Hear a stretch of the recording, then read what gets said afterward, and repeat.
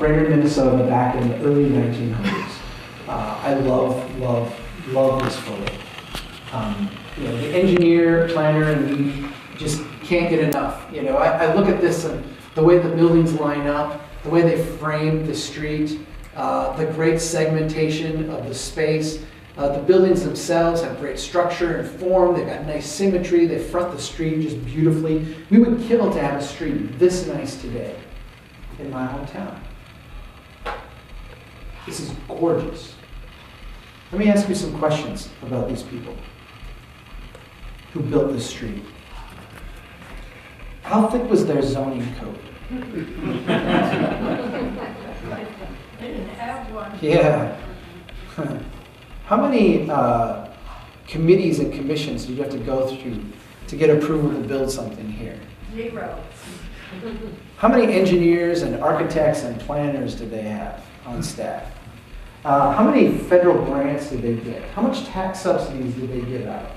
How many miles of pipe did they go out and install on a public dime to try to create new growth? These were a bunch of illiterate lumberjacks in the middle of the North Woods. They didn't have any of the things that we today think are absolutely essential to build great places, right? They didn't even have 30-year mortgages. Yet look at what they built. How did they know how to do this? It's really, really simple. They looked around at the materials they had. They took the knowledge that they had of what worked, and they just did that. They simply copied the pattern and the form that they had seen work for thousands and thousands of years.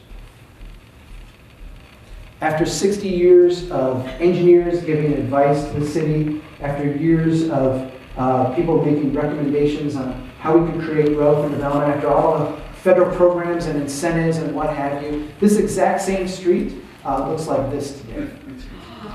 Oh. Yeah, it's a wasteland of parking and half-occupied buildings. If you want to see in one picture why we're going broke as a country, there's $500,000 of public infrastructure invested just in that strip. Yeah. What's our return on that investment?